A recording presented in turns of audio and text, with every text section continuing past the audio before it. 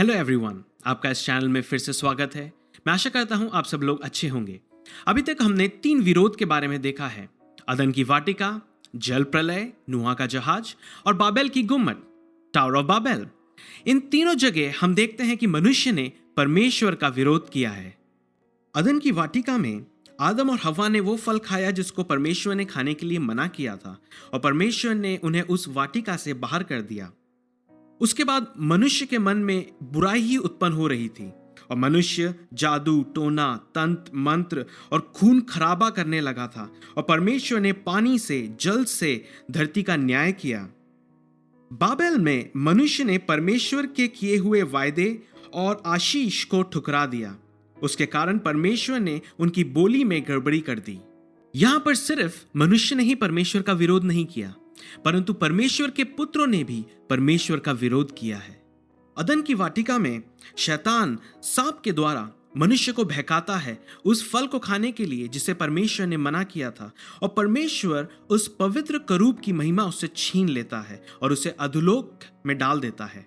परमेश्वर के पुत्रों ने मनुष्य की पुत्रियों से विवाह किया, दानव उत्पन्न हुए और उन्होंने मनुष्य जाति को बिगाड़ कर रख दिया, और परमेश्वर ने इन परमेश्वर के पुत्रों की आंखों पर, इनके मुंह पर पत्थर बांधकर इन्हें अंधकार में, जंजीरों में डाल दिया।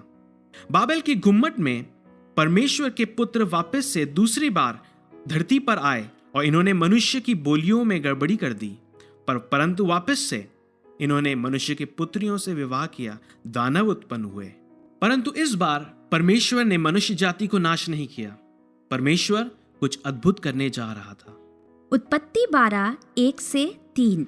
यहोवा ने अब्राम से कहा, अपने देश और अपने कुटुंबियों और अपने पिता के घर को छोड़कर उस देश में चला जा जो मैं तुझे दिखाऊंगा, और मैं तुझसे एक बड़ी जाति बनाऊंगा और तुझे आशीष दूंगा और तेरा नाम महान करूंगा, और तू आशीष का मूल होगा।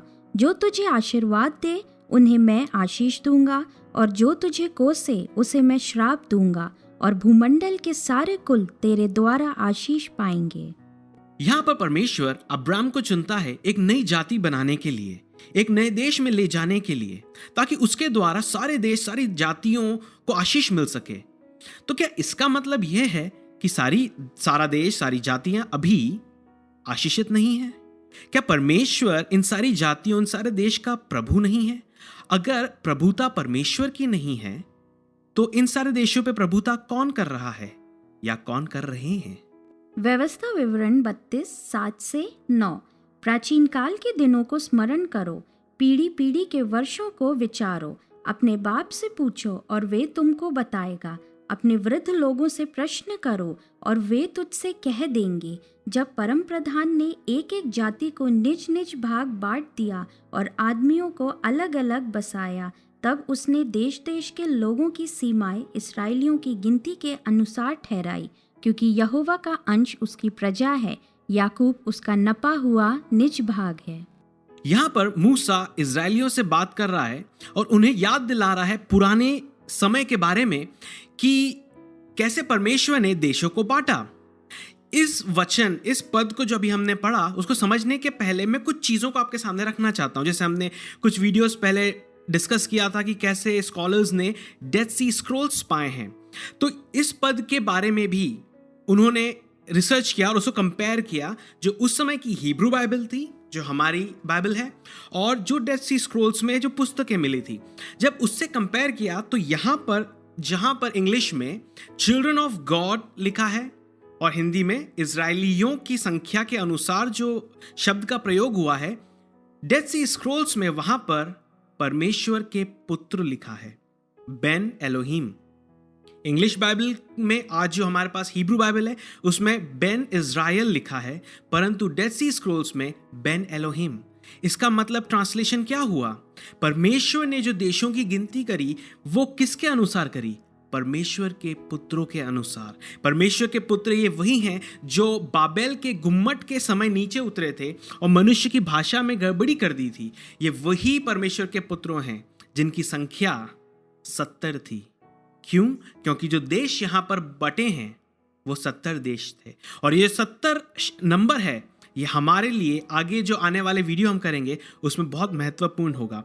और जो आखिरी पद हमने पढ़ा उसमें परमेश्वर क्या कहता है, मूसा ने क्या लिखा कि जेकब याकूब परमेश्वर की निज प्रजा है। इसका मतलब जो दूसरे देश हैं वो परमेश्वर की निज प्रजा नहीं है। परमेश्वर के पुत्रों को परमेश्वर ने दूसरे देश दिए, सिर्फ इज़राइल को छोड़कर। प्रेरितों के काम 17:26। उसने एक ही मूल से मनुष्यों की सब जातियां सारी पृथ्वी पर रहने के लिए बनाई हैं और उनके ठहराए हुए समय और निवास की सीमाओं को इसलिए बांधा है। पॉल यहाँ पर रोम के लोगों से बात कर रहा है जो कि इजरायली नहीं है, अन्य जाति लोग हैं, और उनको क्या बता रहा है, वो समय जब परमेश्वर ने देशों को कैसे बांटा। तो यहां पर सोचने वाली बात यह है कि ये जो परमेश्वर के पुत्र हैं ये धरती पर कैसे रहते होंगे, क्या ये भी मनुष्य जैसे होते होंगे? आगे हम देखते हैं। यशाया 34:13-17। उसके महलों में कटीले पेड़, गढ़ों में बिच्छू पौधे और झाड़ उगेंगे। वे गीदड़ों का वासस्थान और शुतुरमुर्गों का आंगन हो जाएगा। वहाँ निर्जल देश के जंतु सियारों के संग मिलकर बसेंगे और रोआर जंतु एक दूसरे को बुलाएंगे। वहाँ लिलित नामक जंतु वासस्थान पाकर चैन से रहेगा। वहाँ मादा उल्लू घोंसला बनाएगी, वे अंडे देकर उन्हें सिएगी और अपनी छाया में बटोर लेगी। वहाँ गिद्ध अपनी साथिन के साथ इकट्ठे रहेगी। यहोवा की पुस्तक से ढूंढकर पढ़ो, इसमें से एक भी बात बिना पूरा हुए ना रहेगी, कोई बिना जोड़ा ना रहेगा, क्योंकि मैंने अपने मुंह से ये आज्ञा दी है और उसी की आत्मा ने उन्हें इकट्ठा किया है। उसी ने उनके लिए चिट्ठी डाली, उसी ने अपने हाथ से डोरी डालकर उस देश को उनके लिए बांट दिया है। वे सर्वदा उनका ही बना रहेगा और वे पीढ़ी से पीढ़ी तक उसमें बसे रहेंगे। जिन जानवरों की यहाँ पर बात हो रही है ये सब अशुद्ध जानवर हैं। इनका निवास जंगलों में, इंग्लिश में विल्डरनेस कहा जाता है, और जहाँ पर मनुष्य नहीं रहते, और परमेश्वर ने इन लोग के लिए जगह तैयार करी है। पर क्या ये सिर्फ जानवर है या ये कुछ और भी हैं? अगर आपको ध्यान होगा तो अदन की वाटिका में शैतान एक सांप के द्वारा मनुष्य से बात करता है। अभी जो हमने पद पढ़ा, हिंदी में जहां पर गीदड़ जानवर का प्रयोग हुआ है, इंग्लिश में वहीं पर एक जगह ड्रैगन और दूसरी जगह सैटिर जानवर का प्रयोग हुआ है। ड्रैगन जैसा हम जानते हैं, कई बार सांप को भी ड्रैगन कहा जाता है, पर सैटिर क्या होता है? सैटिर जो जानवर है वो रुएदार जंतु है, इंग्लिश में हैरी गोट। वो एक जंगली बकरा है। और जो ये सैटिर शब्द का प्रयोग यहां पर हुआ है, ये इसका जो मुंह है वो जंगली बकरे के समान होता है और जो नीचे का उसका शरीर होता है वो मनुष्य के समान होता है। कहने का मतलब ये एक डीमन है, ये एक पिशाच है। अगर आपको ध्यान होगा, हमने जब बुक ऑफ इनोक के बारे में बात करी थी तो उसमें एक नाम आया था अजाजेल का। अजाजेल वही है जो परमेश्वर के पुत्र नीचे आए थे और उन्होंने पाप किया था, उनका जो लीडर था वो था अजाजेल। यहां पे एक और जानवर की बात हुई है जिसका नाम है लिलित। लिलित एक फीमेल डीमन है और लिलित अपने आप को बहुत खूबसूरत सामने लाती है और पुरुषों को लुभाती है और उसके बाद पुरुषों को मार डालती है और ये बच्चों को उठा के ले जाती है और उनको मार डालती है। कई बार आपने ऐसी कहानियां सुनी होगी, रात में बच्चों के कपड़े सुखाना नहीं चाहिए, नहीं तो एक बुरी चुड़ैल आकर बच्चों को उठा ले जाएगी। ये कहानी लिलित के उससे ही आती है। जैसे अभी हमने देखा कैसे परमेश्वर ने सारे संसार के देशों का जो प्रभुता है वो अपने पुत्रों को दे दी। शैतान और परमेश्वर के पुत्रों का परमेश्वर के प्रति विरोध क्यों था? जैसे हमने देखा कि शैतान जो है वो चाहता था कि परमेश्वर के ऊपर अपना सिंहासन बना सके। तो हो सकता है वो यही कहता होगा कि परमेश्वर, आपसे बेहतर तरीके से संसार को मैं चला सकता हूं, और शायद इसलिए परमेश्वर ने भी कहा, शैतान तू मेरा पुत्र है। परमेश्वर के पुत्र जिन्होंने पाप किया वो भी परमेश्वर के पुत्र हैं। तो ठीक है, संसार को इस बार मैं नाश नहीं करूंगा, पर इन संसार के सारे देशों को मैं तुम्हारे हाथ में सौंपता हूं, तुम प्रभुता करो। पर सिर्फ इज़राइल, वो मेरी निज प्रजा है, उसको मैं अपने तरीके से चलाऊंगा। तो क्या परमेश्वर ने मनुष्य को पूरी तरीके से मनुष्य को इनके हाथों में दे दिया? क्या परमेश्वर इन लोग का न्याय नहीं करेगा? भजन संहिता 82। परमेश्वर की सभा में परमेश्वर ही खड़ा है, वे ईश्वरों के बीच में न्याय करता है। तुम लोग कब तक टेढ़ा न्याय करते और दुष्टों का पक्ष लेते रहोगे? कंगाल और अनाथों का न्याय चुकाओ, दीन दरिद्र का विचार धर्म से करो। कंगाल और निर्धन को बचा लो, दुष्टों के हाथ से उन्हें छुड़ाओ। वे ना तो कुछ समझते और ना कुछ जानते हैं, परंतु अंधेरे में चलते फिरते रहते हैं। पृथ्वी की पूरी नींव हिल जाती है।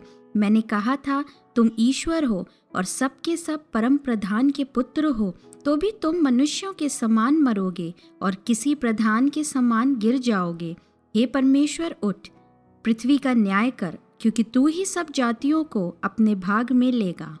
कभी आपके मन में ये प्रश्न आया है कि क्यों हम जब बाइबल पढ़ते हैं पुराने नियम में हर समय परमेश्वर के लिए यही कहा जाता है, अब्राहम का परमेश्वर, इसहाक का परमेश्वर, याकूब का परमेश्वर, इज़राइल का परमेश्वर? क्योंकि परमेश्वर सिर्फ इज़राइल का परमेश्वर दूसरे देशों का परमेश्वर नहीं है, क्योंकि परमेश्वर ने सारे दूसरे देशों का अधिकार अपने पुत्रों को दे दिया है। और जैसे अभी हमने पद पढ़ा, वहां पे हम ये पाते हैं कि परमेश्वर उनके काम से खुश नहीं है। उनको न्याय करने का समय दिया था, उनको मनुष्य को दिया था कि वो मनुष्य का सही तरीके से न्याय कर सके, उनकी सही तरीके से देखभाल कर सके, पर उन्होंने नहीं किया। इसलिए परमेश्वर का क्रोध उन पर आया। वो एलोहीम थे, परमेश्वर के पुत्र, जिनकी मृत्यु नहीं थी, परंतु उनको भी परमेश्वर यह कहता है कि तुम भी मनुष्य के समान मरोगे। तो परमेश्वर ने अद्भुत काम यह किया कि परमेश्वर ने अब्राहम के द्वारा एक जाति परमेश्वर ने अपने लिए रखी, ताकि उसमें अपना कानून, उसमें अपने रीति रिवाज को रख सके, ताकि मनुष्य परमेश्वर को ना भूले। परमेश्वर ये जानता था कि मनुष्य परमेश्वर के रीति रिवाज, परमेश्वर के कानून को पूरा नहीं कर सकता है, परंतु इस जाति के द्वारा परमेश्वर एक चुना हुआ, एक स्पेशल परमेश्वर के पुत्र को भेजना चाह रहा था। परमेश्वर के पुत्र पहले भी आए, अब ये कौन स्पेशल परमेश्वर का पुत्र आने वाला था, ये जानने के लिए हम अगला वीडियो देखेंगे। मैं आशा करता हूं इस वीडियो से आपको आशीष मिली होगी। अगर आपको वीडियो अच्छा लगा तो प्लीज लाइक कीजिए, शेयर कीजिए, सब्सक्राइब कीजिए। ये वीडियो देखने के लिए बहुत बहुत धन्यवाद। परमेश्वर का अनुग्रह आपके ऊपर, आपके फैमिली के ऊपर सदा बना रहे। धन्यवाद।